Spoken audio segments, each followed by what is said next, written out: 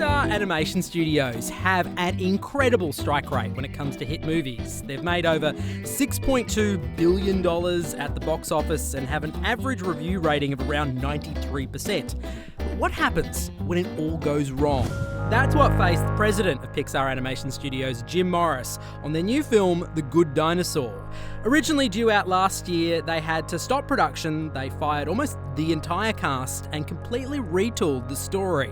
We started on The Good Dinosaur a long time ago, and we had a basic pitch that was given that we all liked very much and so forth, and we worked on it for a long time, and it took us a while to figure out that there were some basic things in the story idea we were trying to tell that we couldn't fix and weren't going to work out.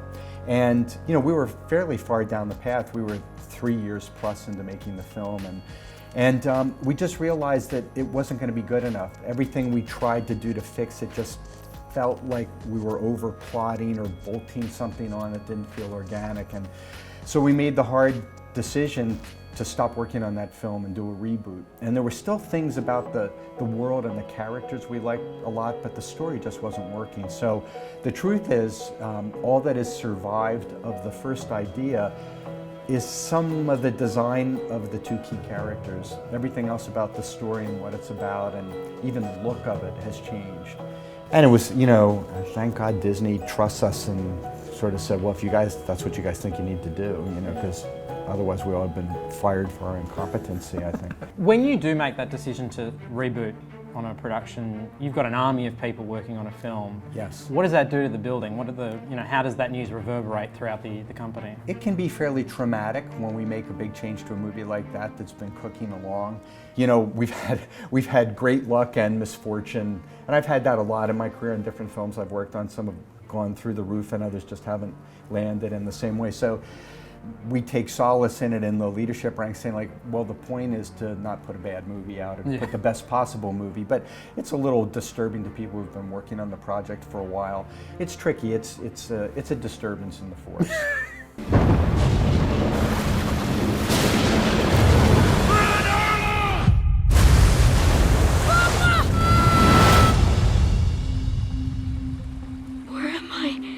When you're working on a film, how do you know that it works? Because there's lots of talk about the quality control that goes into a Pixar movie. When do you know it's working?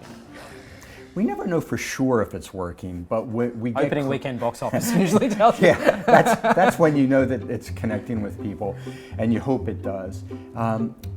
It takes a long time for them to feel like they're working. We do a number of screenings over the course of making one of these. 6 to 8 times we'll put the film up in a rough version and project it and watch it.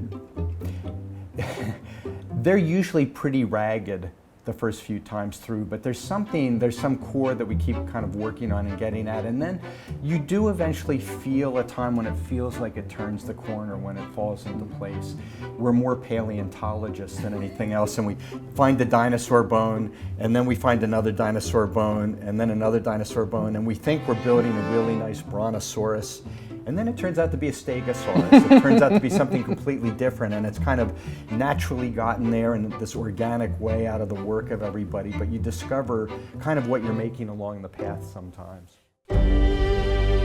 You were a producer of a movie called John Carter, which came out in 2012. I was. Which is a movie I love and didn't necessarily get the sort of respect it might necessarily have deserved. I wonder how it feels for a guy like you, where you spend so long and then sort of articles start to come through and numbers start to come through. What goes through your head when you've got that lived experience of how much work it takes to get a film like that made? You question yourself, what could I have done better? What did we miss here? Where did we go wrong? What were the things that went wrong? You try to take everything in stride. When something does really, really well, you don't pat yourself on the back, and when something doesn't do so well, you don't shoot yourself. You kind of live to fight another day.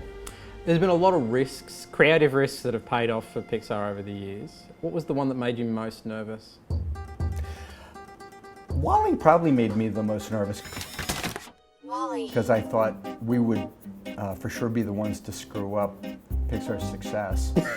It just seemed like, ooh, this may not work at all. Maybe audiences will just look at this and wonder, what is this? WALL-E's such a groundbreaking movie in so many ways, but specifically that notion of a third of the movie, or the first, what is it, half an hour, 40 minutes, with no dialogue. Was there internal reticence in Pixar at that notion? There was less reticence at Pixar, but I know our Disney executive friends were very curious about how the hell that was supposed to all work. Curious. Curious is a good word, Well, isn't it? you know, I mean, when you do the picture, okay, here it is. We've got a broken down trash compactor who is living on a post-apocalyptic Earth compacting trash. I mean, it does not sound like a great idea for a film offhand. But I think it'd be safe to say that every producer, every director there has felt that.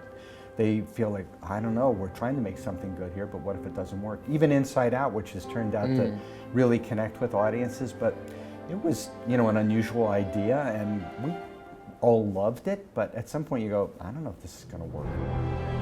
You know, you work on these things and you just don't know. I think a Pixar film is a film that uses animation to try to get at basic human truths and emotions.